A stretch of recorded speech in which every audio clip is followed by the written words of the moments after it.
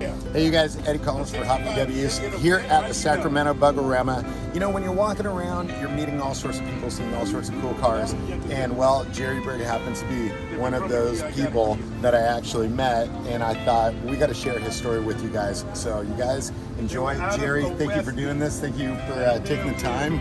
Thanks for having me. No, this is awesome. Jerry and I were speaking off camera, and we've got a couple of Disney ties, but that's for something else. But Jerry, I wanted you to explain to people, how did you get into Volkswagens? Well, I was born in the car business. My father was a Chevy dealer, and in 1958, Al Lyons in Napa wanted to open a Volkswagen dealership. So my father and him were discussing opening a dealership in Napa, and my father decided to pass on doing it because he was so successful in the Chevy business. So we had a couple of used car lots that my brother and I worked on, and the man that owned the Chevy dealership passed away in '64, and the new dealership owners didn't want us to have the used car lots. And we had previously taken all of the trade-ins and put them on our car lots, and he had my brother at 12 years old in a suit at the used car lot, acting like he was the Chevy used car man, okay salesman, you know. So anyway, in '66, Al came to my dad and said, you know, we don't have a used car lot, man. I got to do something about having a used car lot. You know, I'd really like to have one of your pieces of property to put one on. He goes, but how about if we just went in business together, you know? So Al originally had a different partner up until I think around 1962. Can't be specific on the dates, but somewhere around there. So my dad and him joined up forces, and that photo of my father is on Pearl Street on Soskel Street which is now the wine train office, and that was a piece of property that we owned at the time, and that was where the used car lot was. So we'd take in used Volkswagens for $35 and stuff, you know. So as I got older, 69, 70, and was in high school, I'd take those cars and clean them up at home and take them to the parking lot at school and sell them for $75. So, you know, so at one time, by the time I was 18 years old, I'd had just about every kind of Volkswagen that there was. I can remember selling like a 1954 bus in the parking lot in Bel Air Plaza in Napa for $300, you know, so it kind of transformed from there. So that's how I kind of got started into it, and then I always drove Volkswagens. I still am driving them. My friends think I'm a nut because I'm still driving around in Volkswagens in the neighborhood that I grew up in the same town where my father made a history of selling cars. I think it's awesome. So and you know, it's funny because you share the story with everybody about where I think this car, you'd given it to one of your relatives or something, and then you took it back because it was being used. Okay. So anyway, about 7 years, in 2014, this lady here in Sacramento that knew my niece, Terry Cal something, anyway, she's on the Samba, and she was basically brokering Volkswagens. And so she got a hold of my niece and said, hey, your uncle's got a bunch of Volkswagens. I know where this van is. It's really low mileage over in Pacifica. So she called me up, and so we went over to Pacifica, my son-in-law and I. And we picked up this panel van that was sold at Berkey Lee in Albany in June of 1960. Or 61, I take it back. So it has a speedometer in it that's dated 161. So, however, you might know Janai Pearson that works for Levere's Volkswagen in Concord, dated the birth date of the bus it's somewhere in June of 1960. So I guess the way they assembled them was 61. So anyway, I had 17,288 miles on it. Wow. The bus was... Look how clean that Speedo is too. The bus was sitting in a barn over the top of the ocean, and you could see through the knotholes in the floor, the ocean underneath it. And we took it out, and I looked at it, and then I came back with my son-in-law and bought the bus. And the little girl told me, "Oh, my dad's not telling you the truth. That was my Barbie doll house, my grandpa's house my whole life." So I gave the kids the bus, and I'm over at Kelly Park. Well, Red Barn, they had it over in Watsonville at the fairgrounds that year. So I'm selling stuff at the swamp meet. This guy comes up to me and he says to me, "Hey, don't you own a green bus?" And I says, "Yeah, why's that?" And he says, "Well, I got a tattoo in it." "Oh yeah, wait a minute, you know. What do you mean you got a tattoo?" And he goes, "Yeah." He says, "Isn't your son-in-law's name Dave?" And I said, "Yeah, it is." And he says, "Oh yeah, he started a tattoo parlor in it." I said, "Oh, geez, I don't really know about all that, but maybe." So I get home and call the kids up, and they tell me, "Oh yeah, you want to come over to Tattoo Tuesday with us?" You know. Oh my gosh. So I go over to this friend of theirs that's an artist for Coppola and Whole Foods and all these places, this guy's house, and they got my bus over there, and they're doing tattoos in it. So Oh my God. the next weekend I call my daughter up. I says, "Hey, you know, when you three girls were growing up, you know, I had only 3 rules when the guys called on the phone." I said, number 1, no Raiders jackets or bumper stickers, no earrings, and no tattoos. Okay, and if they got them, tell them to wear long shirts and cover them up. Now you guys got this bus that I paid $20,000 for over here doing tattoos, and I go, that isn't gonna fly for me, okay? That's funny. So I decided that it was time to take the bus back and put it back together the way that I wanted to do it, rather than a tattoo parlor.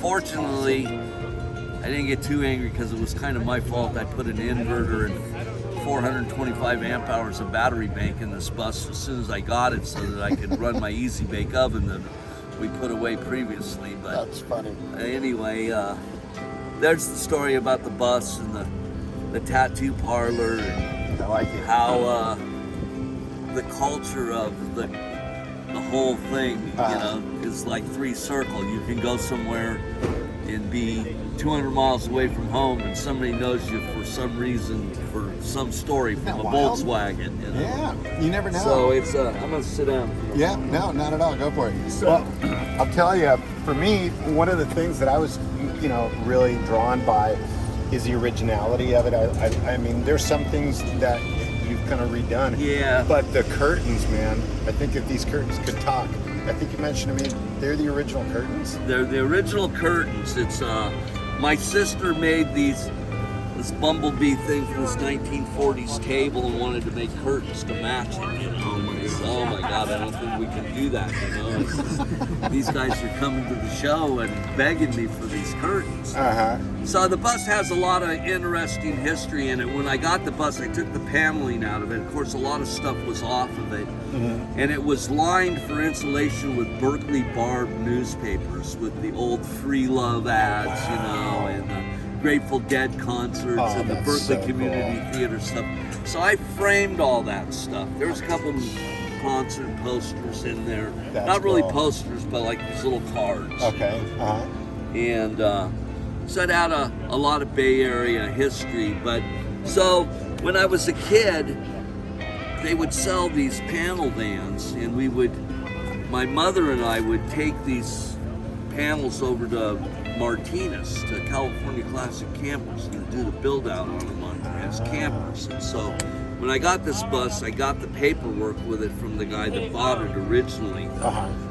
Grandfather had taken and put a single port 1600 and converted it to 12 volt in 1990, and then passed away. And the transfer paperwork for the history of the bus was 92, and the grandson was in MTV, one of the first guys in MTV, and they took the refrigerator out of it, but other than that, everything was there. I have the original tent.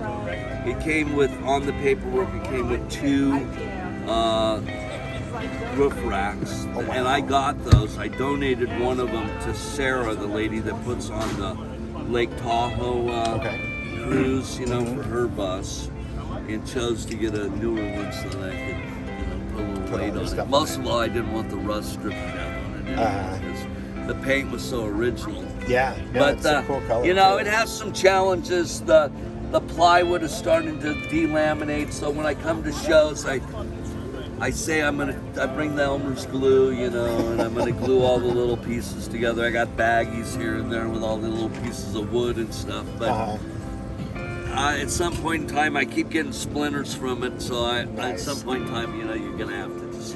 Well, I'll tell you know, and start to cut you short. But there's a little princess back here that's sleeping, and now you mentioned to me that this is what show? How many shows has This is our 84th Volkswagen show, and this is her real name is Penup Bunny, and we call her Penny. Okay.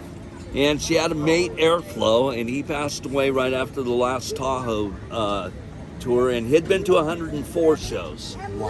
And Dave that puts on the Bus Fest, and the guys at Bugorama in Sacramento, they had a bed and a bowl in the office over there at Bugorama for them. And at Christmas time, they used to send me a Christmas card of me they'd make up of me and the dogs in a Volkswagen, you know, over the internet.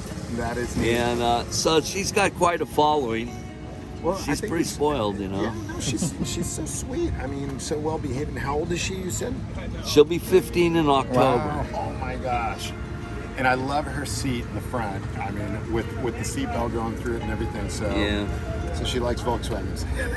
She's got a heated, raised viewing seat in every car. Oh my gosh. She just loves the 57 convertible, you know. She can get right in there in the air. I put the window open and she rides all the way with her head out the window. And as people are driving by and videoing our car and going 45 miles an hour with us, you know. And That's neat. it's quite a adventure. It's pretty interesting because one time I was coming here to the Bugorama and I'm driving down the road and I really, you know, after all these years with dogs, I'm not paying too much attention to stuff. And here I'm going down the road and for, I guess, apparently for the last 10 miles, there's this lady next to me in the car trying to get my attention with the dogs, and it's one of the Disney granddaughters that I work for, you know. Funny. So they actually followed us over here to the show so that they could, you know, they were going so somewhere cool. up here up by Jackson, I guess. So it's pretty interesting, you know.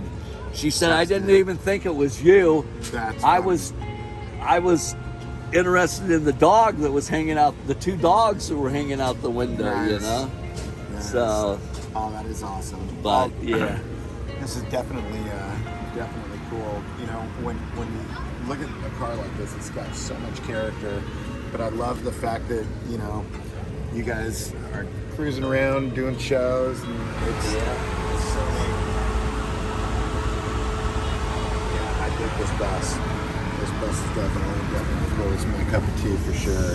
So, well, that's neat. Pretty interesting bus. You know, I mean, it has an incredible presentation. Yeah. Exteriorly. You know. Big time. So what's the next big show then for you with this? I'm contemplating going to the Octo and then to the Prado for you know, taking a week. Penny and I we're going to leave and go up here to my sister's house in Pine Grove from here. And then we'll probably meander over to my daughter's in Sonora for a day, and then we might just head over and try to hit the Highway 1 and do the beach until we get to LA for That's cool. the first, and Very cool. that sounds like fun. do the Octo. And I never done Prado. I'm pretty good friends with Thelma from Wolfsburg West. Okay. You know what I'm talking about? Carla, I mean, Yeah, I yeah. was gonna say Her daughter is goes to school at the Culinary Institute in Napa. Yeah, Okay, yes. well, I was the founder of the Northern California Olive Oil Council. Oh, wow. So Carla and I, you know, Cool. got into this big exchange over the years of with her daughter Yeah. and cooking and all that stuff. So Oh, that's neat. Yeah, I just saw I go her. down there and I've only been over there to the office once. once, but it's an interesting place. Yes, it is. Yeah, it's huge. Yeah. It's always fun It's to visit and big, see you what's know. there. Well, if you do come down, it would be nice to go ahead and chat with you when you're down there. Sure, And, we'll visit with you and Penny as well. So Yeah, I may come back and pick up my teardrop trailer and bring. I got a 59 Nice. teardrop trailer I pull on. Nice. It's all original. awesome. Pretty cool too. No, I'll tell you, I think a lot of people watching envy your life. So it's pretty I've lived cool, an man. interesting life for you know, as some cool. say, he still acts like he's 17. Hey, man. You know what? I can't move around like I'm you feel? 17 anymore. Unfortunately. Well- Even, you know, last weekend I slept on a cot outside because I was using it to get in and out of the bus. Yeah. You know what I mean? But it was, last night I didn't do that. Well, very cool. Well, Jerry, thank you so much. All right. I All appreciate right. your time. Thank you for showing interest. Hey, and you hopefully guys we'll have get a chance to see a you down safe, there. wonderful Thank you. event, and Yeah. I look forward to meeting up with you again. Absolutely, for sure. Yeah. For sure. Thanks for Thanks coming for by and watching, you visiting. guys. See you later. Thank you.